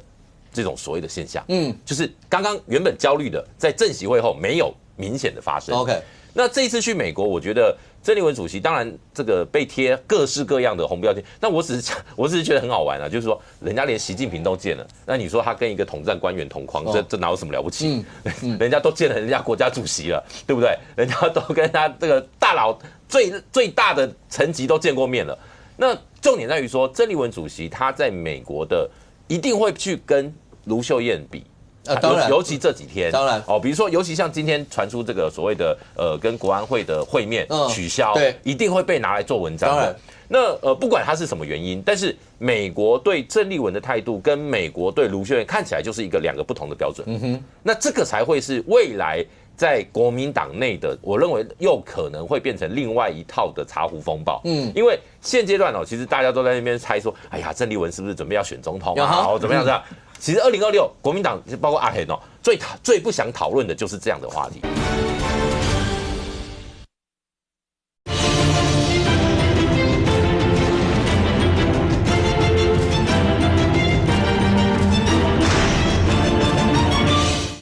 现阶段其实大家都在那边猜说，哎呀，郑丽文是不是准备要选总统啊？怎么样这样？其实2026国民党包括阿黑最不想讨论的就是这样的话题。为什么？因为卢秀燕本来大家认为说她本来就应该要选，对，本来她是最有可能的。但是当郑丽文选上党主席，而且呢，她在跟对岸的这个互动这个变得很政协会，像这样的一个层级，她都达成了之后，国民党内确实有一股声音就觉得，郑丽文好像不错哦。可是当然以我们讲政治评论要基于那个选总统要有一定的能量，所谓的政治能量是说你要有民意基础。而郑丽文她确实，我们之前就讨论过很多，她最近一次选举2012年，然后呢，如果不包含我讲的是那个不是党员投票的那种啦，当然他党主席拿了这个国民党党员这个50%以上的这个支持，可是问题是，一般的民意对郑丽文到底是什么反应？没有检验也目前也还没有民调把它加进所谓的总统大选的名单。可是未来会不会我不知道。可是当它开始被讨论的时候，这个叫做议题的设定，就会变成接下来国民党内2028的这个主旋律了。就是卢秀燕、曾丽文然后有些人再把蒋万安、韩国瑜4大金刚统统拉进来，然后那边讨论的时候。国民党的地方首长候选最担心就是在讨论这个议题的时候让他们消失，那这个时候反而对国民党的2026就会造成一些不利，甚至各自的支持者互不相让，然后呢，再加上前一阵子他们的什么马英九的基金会的这些的内斗，导致投票意向降低。OK。因为国民党人真的很喜欢不投票，用不投票来惩罚这个自己人所以呢，这个接下来还有的瞧了。但我觉得郑丽文主席他在两岸的议题上面，如果没有办法得到加分，至少他要求不扣分，这个是关键。OK， 但我觉得除了两岸议题上面，民进党在年底的选战会在这次的选举里面大加利用吗？还有我刚刚讲说，因为立法院一些的表现，对于2026，因为毕竟国内政治的一个主战场就是在立法院嘛。那蓝白毕竟占多数，所以这次包括国民党是翁小玲委员有提一个刑诉法的版本，那白银也是主导有修刑诉法，就是包括我们这2天有讲说，包括有勾串之余啊，可不可以羁押所有这些，有人就把它直接扣上叫柯文哲条款，所有这些。那这个法案今天讨论的时候，好，那当然今天这个法案今天后来是延，但是这样的一个议题，你觉得对年底会有什么影响，或民众的感受会有什么影响吗？因为郑丽文这大家讨论很多了，我简单讲一下就好。就是不是事实上，我觉得我们有必要反复这样一直去分析嘛？因为这个大家都看得很清楚啊，对不对啊？郑丽文他的政治路线，他想做的事情，就跟台湾主流民意背道而驰嘛。不最简单的就是郑丽文说台湾人都是中国人，蒋万安说我是台湾人，中华民国国民，就这样啊。不然蒋万安特别去澄清干嘛？他干嘛特别讲一个不同说法？对不对？就是这个，我觉得这很像是房间里的大象。就是国民党，当然就是国民党的朋友很多是也担心选举负面冲击啊，一直帮郑丽文圆。可是郑丽文说我做的事情非常之清楚，他就是在所谓的我们讲的地缘政治的这个局势里面，所谓美国跟中国之间，他就是站中国这边非常非常清楚嘛。你说他到这个美国国务院美国的这个国安会没有想见他，这很意外吗？那郑丽文这包含我们都安排好了。然后突然说不见了，不，我们不清楚，现在还不清楚美方他们这个最后的是内情怎么样。例如说，有人可能会说故意给你一个闭门羹吃或者是有人会分析说因为这个再给你一个最后观察机会，结果他前面几站都一直还在讲亲中言论，所以最后评估不见。那小玉姐刚刚讲说他有个消息是因为这个秦鹏珍也是很亲中的背景如何这个访团名单里面觉得这个人不妥，但我觉得其实一个毋庸置疑的事情是，郑丽文的政治路线基本上以美国的角度来讲跟美国国家利益不符合嘛，其实就这样嘛，你说郑丽文说不要第一岛链，不要冷战思维，我们就讲这不是什么天高皇帝远的事情，美国现在在韩国有没有驻军？在日本有没有驻军？航空母舰要停在横须贺港里面，冲绳上面要驻陆战队，要 F-15。然后甚至还为了要协防台湾，派到与那国岛，然后最近要跟美日菲肩并肩在那边演训，这每一个我们讲这都是钱嘛。那美国花了这么多事情维持第一岛链的威慑力，维持台海、印太地区安全，你说不要，那摆明你就是跟美国对着做啊，人家当然不见你嘛。那讲回来这个刑诉法这个部分，那事实上如果就你说这个东西如果一直走下去，对今年选战有没有影响？当然有嘛。因为最简单的是国民党也不上这台车嘛。对吧？因为民众党当然他们为了，就是说民众党从等于前年开始的一个战略，就是他已经跟柯文哲的这个司法案件完全100%绑定。就是他必须站在这样的角度，就是说所有这些东西都是司法迫害，所有跟柯文哲站在这边都是害，这个已经我们讲2年了。好，但所以到了今年，民众党他们又走上这条路嘛，就是要故意去挑起唤醒小草们对柯文哲的司法案件的记忆，所以他现在拿一个要修刑诉法、要修羁押这个事情出来讲。可是国民党有上这个车吗？没有啊，因为今天国民党的不分区立委吴宗宪现在也要选宜兰县长了。就说这个事情如果按照这个法修下去，包含翁小玲还跟着走嘛，但吴宗宪就跳出来说，如果现在去把这个羁押的侦查制度摧毁掉，那整个刑事侦查无以为继，完全崩溃嘛。因为吴宗宪想说，这个我们他之前调过数据，全台湾所有羁押的案件83%包含第一名是诈欺，然后再来有毒品，再来有这个杀人，再来有家暴等等，全部都这些大家觉得天理不容的。那你现在为了要少数的个案，他没有点名，但我们知道民众党是为了柯文哲嘛，你为了少数这些个案，要把羁押这样的一个工具从检察官手中大幅的限缩，甚至拿走，甚至说哇，照民众党的提案，未来这个勾串灭证都不可以羁押。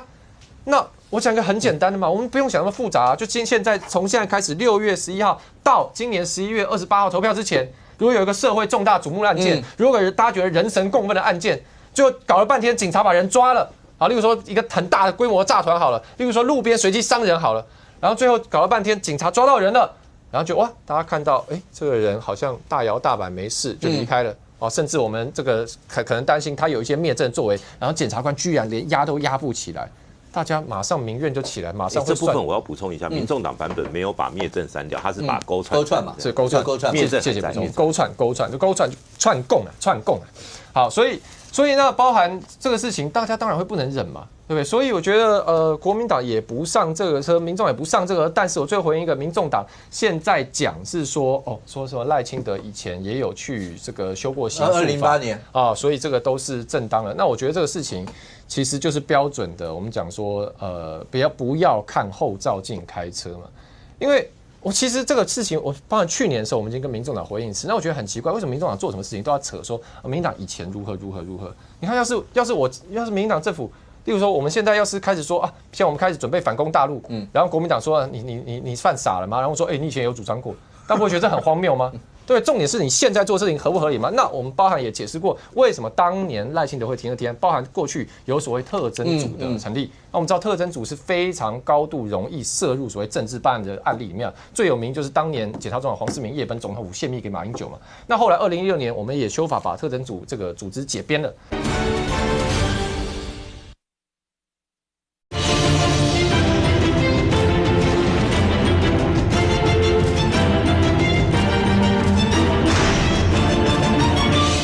那后来2016年我们也修法把特侦组这个组织解编了。那包含在当年2008年的时候，其实阿扁总统当时也去提这个4至665号的释宪嘛。那当时最后这个大法官也裁定说，重罪羁押是可以的，但是你不能单独用重罪成立，你必须要有，例如说灭证啊，例如说逃亡之余啊等等一些具体的事证才能够羁押。所以当时整个检察官的羁押制度也经过一个限缩了。所以我觉得其实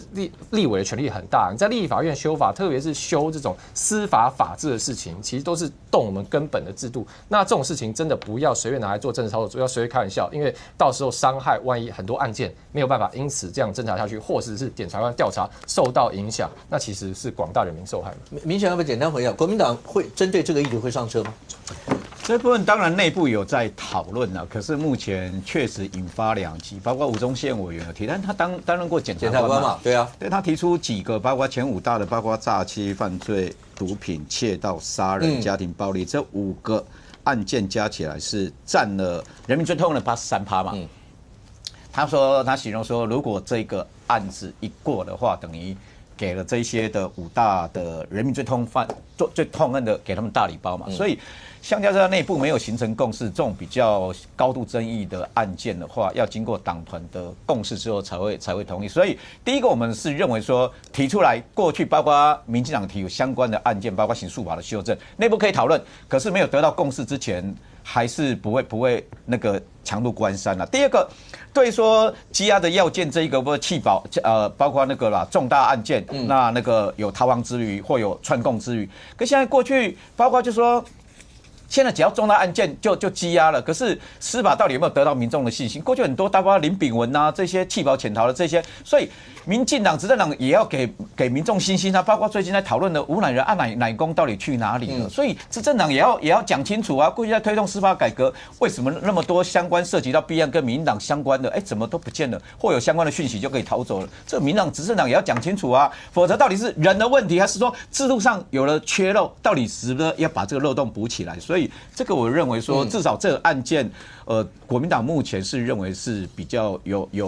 讨论的空间。OK， 当然伟航直接这个可能跟这个时代力量有关系。你有没有注意到？因为黄鸿昌一本书最近那个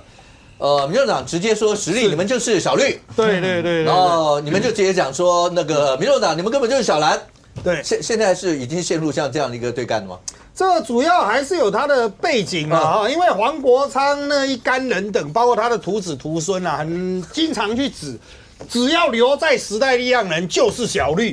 但实际上哈，这个他自己的戏子哈，虽然他自己否认那是礼让，他一定要讲协调，把书中讲的好像是所有人逼他选这样子哈，但实际上就礼让，当时就小绿了啊。那当然重点还是在于说他的这个态度就是一直指你们都小绿，你们都跟民进党合作啊，我们还用 AI 去跑啊，我们骂各党的比例啊是平均的，还五角图这样子，这个是有数据可证，可是黄国昌都直觉，反正啊你没跟我同意你就小绿，所以。这一次，包括最近嘛，哈，这个一直有在传说什么啊，民进党要礼让时代力量在新竹县啊，等等啊，现实就是没有啊，你之前都被你骂爽了，我们也不会跳出来就是硬去讲说这个完全没有任何的相关的这种沟通的空间嘛，反正大家就依实力论民调，但重点还是在于说黄国昌的那一本书哈，他真的触及太多人的这个。就记忆的深处，我们不得不怀疑是不是黄国昌自己的在记忆力上面啊，是不是也应该去医院检查一下？因为越来越多人跳出来说，你当初记得我的那个部分啊，有些人说黄国昌和最近另外一个很有名的作者叫黄山料哈，到底谁的东西比较有料？我说黄国昌一定比较有料，他里面讲的都是活人了，这些活人全部都会帮他出来填料。黄国昌呢描述的，当然了，最近。这个直到昨天还有在吵到陈文彬导演他出来讲说，黄国昌在书中描绘沈发会好像带了一票黑道一样要去瞧他这个场景呢，最后面陈文彬出来讲说，林玉龙、沈发会加你总共4个，谁像黑道？你是无限增生之术嘛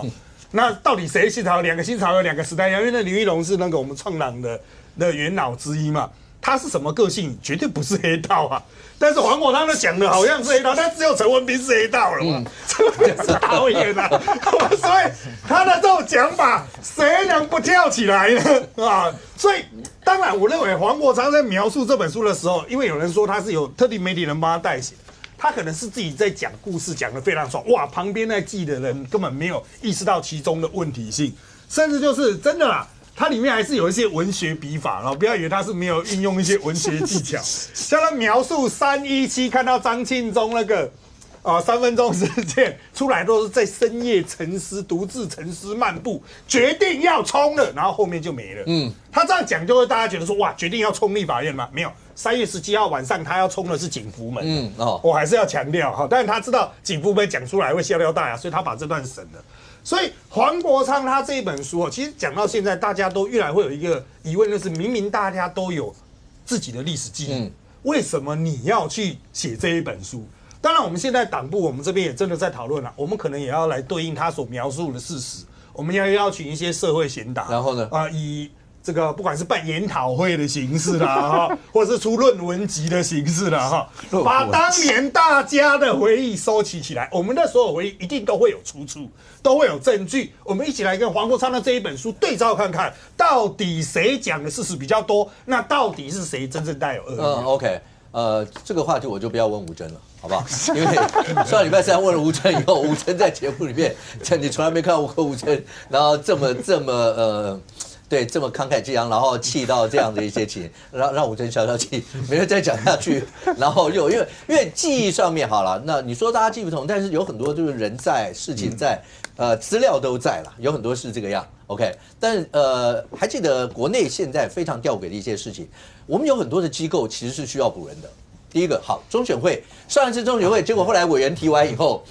过了3个。然后那个在野党推荐了3个过，然后民进党这边推荐的4个没有过接下来怎么办？现在接下来就是监委 ，OK？ 来，小玉，这次监委今天的提名名字，这里面有3个亮点。第一个，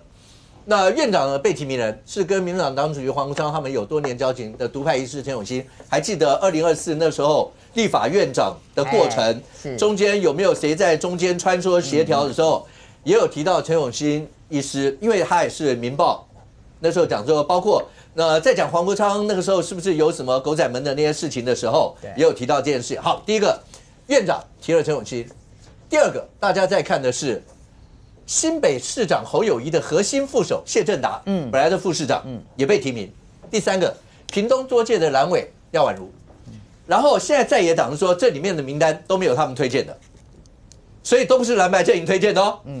但是当然，陈永新医师是因为大家的推荐，本来在解释院长，再加上谢振达跟廖婉如，小雨这个名单怎么过？你是不是问错人了？哎，怎么过啊？当然让我。他意思说很难过还是很好过啦？29个监委名单全部都在上面，7个连任的以外，其他的名字，这里面大家讨论最多的一定是这3位。对啦，确实就是大家刚刚也在讨论啊，但我觉得讨论了几个点。第一个就是说，为什么谢振达跟廖婉如会答应嘛，对不对？不要忘记当时这个也是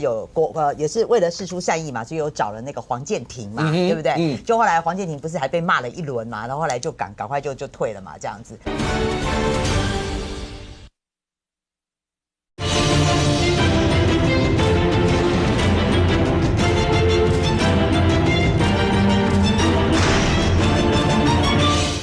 不要忘记当时这个也是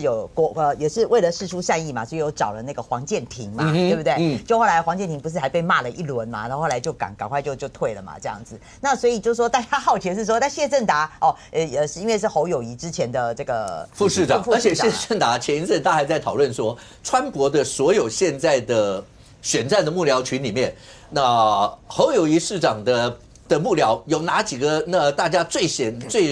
著的强手有没有进驻？其中有一个被点名的就是谢振达，结果他现在出现在这里。所以现在看起来是民进党用心良苦，是不是？为是要为了助苏巧慧当选，所以就放了一个把谢振达。重点就是蓝营让不让过。如果你要问我的话啦，我政治记者的观察，我觉得就是只有这2个会过啊。我就觉得其他，我觉得这2个会过啊。那陈永新。就是大家有讨论到嘛，因为陈永新为什么会提名陈永新？因为觉得是说好，你就算蓝的不让他过好了，至少你有白的8席的票，你白的8席票，那你就对民进党来讲，你加了白席也过了，就过了嘛。对啊，对。那可是问题是，今天陈昭姿的回应也蛮有趣的啊，因为陈昭姿说会考量被提名人的言行跟政党色彩，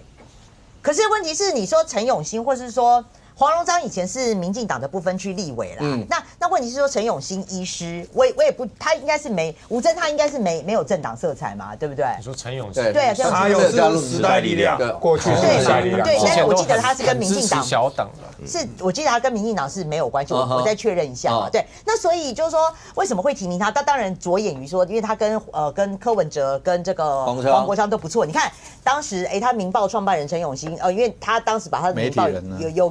就是要让黄国昌他的这个应该是跟黄昌有关系的来接嘛，所以才有狗仔风波的一个延烧嘛，哈。那所以我要讲的是说，那可是现在看起来，你陈昭姿马上就讲了，就是说你要考量提名人的言行跟政党色彩。我认为民众党在这一局啦，我觉得他们就直接就不投了啦。就直接弃就让蓝营的，然后直接跟白营的票去对决，他们就不管了。对啊，那如果按照这样子的逻辑，如果他们都退的，连投都不投的话，那是不是代表说，等于说连陈永新跟这个跟那个黄都不会过啊？所以就到最后会过的还是只有这2个。你要问我觉得是非常非常悲哀啦。为什么会这样提？有某种程度会有政治上的考量吗？你觉得？确实，谢振达跟廖婉如的路列会比较有趣。我说有趣其实刚刚这个虽然说是有机会，确实是比较有机会的。原因是在于说，监委要57票才过啦。你不是说多数就过是要57，要过一个门槛。对。那57票，你国民党没有办法独立过，民进党没有办法独立过，所以民众党更不可能。所以你一定要有不同政党人愿意支持，才能够过关。好，问题来了，谢振达跟廖婉如可能是民进党投反对票啊。即便是你赖清德提名的，最后有可能是民进党投不下去啊。以前也发生过，就是提名监委，最后是执政党的人不投，都有发生过。所以这个部分，我觉得国民党内当然他们会讨论说要不要去支持，这是一回事。但是民进党的态度也很重要。好，可是再讲到陈永新呢，很多媒体解读说陈永新是跟白银交好，这个部分我要稍微讲一下。过去确实好包括他跟黄国昌，对，尤其是黄国昌在时代力量的时候非常挺。然后包括柯文哲当台北市长期间，跟这个义善等一下都可以补充，他也非常挺柯 P 可是呢，他们2个的关系在一个关键事件，而我们当事人也在这边，吴峥，就是2024年2月1号的立法院长选举前一天那个乔院长事件，最近政坛喜欢考古，我把判决书拿出来，这个就是吴峥那时候被民众党告的判决书，里面提到说，有一段媒体报道说，柯文哲主动致电绿营，向绿营提议立法院正副院长选举3叉配，就是黄珊珊配谁？配一个民进党的啊？对，那个里面说符合真实，这个判决说符合真实，为什么？因为本院这个法院通知陈永新到院作证，陈永新于本院审理中证述全文，已如附件附证。就意思就是说，他认为法官认为符合真实，是因为陈永新的作证的内容这么大一圈。那我的了解是这样啊，因为陈永新去作证讲这些事情，从此之后柯文哲就再也不跟陈永新有互动了。包括陈永那个柯文哲交保之后都没有跟陈永新有过任何互动了，到现在。所以。要说他能拿到白银的票，我打很大的问号啦。我打很大问号。所以现在这个陈永新加上还有一件事情是，去年大罢免的时候，陈永新是站出来公开表态的。尤其他参与1届那个罢免傅昆萁的联署，所以我说这个恐怕要过，就用一首歌啦，叫我难过。OK， 是而且很难过，看起来。吴峥，那你是这里面的当事人，对。所以当时这些事情本来跟白银之间，大家讲说要协调这些，现在看起来，包括民进党这次的这样的一个提名，这个提名的人提陈永新医师，然后谢政达跟廖婉如，那想法可不可以跟大家讲一下？其实我觉得从之前的包含你说中选会主委好了，对啊，其实大家就看得出来说，对于民进党对于行政院来说，其实也是一直要寻求说这个人事权，希望在立法院可以突破嘛。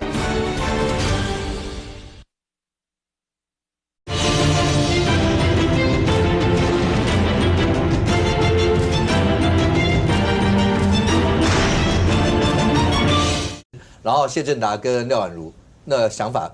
可不可以跟大家讲一下？其实我觉得从之前的包含你说中选会主委好了，对啊，其实大家就看得出来说，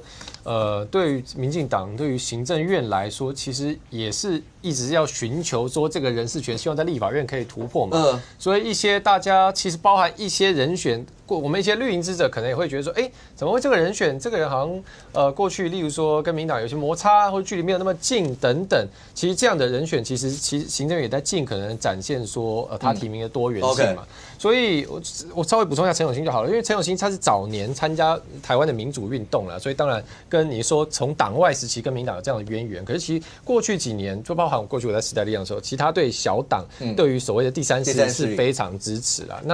那这个是去年这案子，其实当时就是陈永新也是希望可以居中去帮民众党跟民进党之间搭个桥梁嘛。那只是说后来那有一些细节啊，因为当时主要是我是说其实是陈永新帮柯文哲传话，然后柯文哲说不是，是我们派陈永新过去。那最后柯文哲要告我这边就是告不成嘛，他败诉了这样子。所以呢，我觉得不过这些也不用多讲，但我觉得重点事情是说，从陈永新作为一个例子，你看到说。我觉得也不用特别去说因为他去年支持罢免傅昆萁就如何，他当然可以觉得傅昆萁是一个不是人立委啊。可是你在说陈永新是一个好像就是为民进党侍从的人吗？说他完全就是只会支持绿的吗？其实显然也不是嘛。那一善，这整件事情看起来又回到一个白银还是在很多的事情里面是扮演非常重要的角色啊。对。尤其陈永新医师跟黄国昌跟柯文哲都很好了。民报是2014年成立的，那时候柯文哲正好在选市长，所以柯文哲多次去民报的这个他们筹办这个报社的会议里面，他也做了很多的支持啊，包含陈永新也非常支持柯文哲选市长嘛，才后来有那一段所谓的立法院所谓的副院长跟院长这件事嘛。这件事会破局的原因是，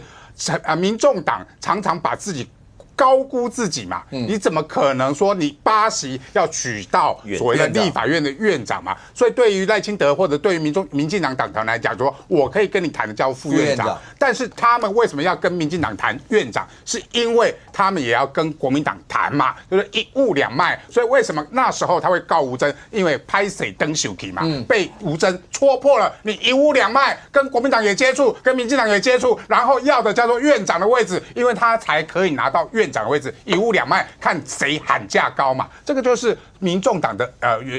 最重要的一个问题。他跟黄国昌关系也是啊，就是民报的陈永新他成立之后，后来有一些财务危机、财务问题，其实也是很多的本土派的一些大佬金主愿意来帮忙民报嘛，就找了黄国昌，希望黄国昌来继承这个陈永新医师办报的这个精神。结果他把民报变成狗仔报，这个东西都对于很多的这些本土派的人都觉得对这两个人很失望了。未来白银为什么我说黄国昌跟柯文哲不敢骂陈永新了？因为长期以来陈永新医师非常支持柯文哲，也非常支持黄国昌。但现在他要做监察院长被提名，你会不会支持他？这你们两个人一定会退到幕后，他们一定不敢表态，但所以才让陈昭之出来讲嘛。那最后这8票会不会投？我的判断也是一样，到最后就不出席啊，不表态的结论底下，让国民党去做反对的动作。来，明显最后回到国民党，国民党在这个名单里面会持什么态度？当然，这两个都是我的政坛的前辈了，他们当然有好的去处、好的发展，我都祝福。可是，如同吴征讲了，这一部分算是执政党对在野党递出的橄榄枝吗？我不认为耶。以目前的朝野的气氛，包括赖清德总统前天才修理在野党，说不审总预算是现任史上最荒谬。如果这样子，那最荒谬，为什么不讲说那个行政院对于立法院通过的很多法案都不附属、不执行，然后提出那么多复议呢？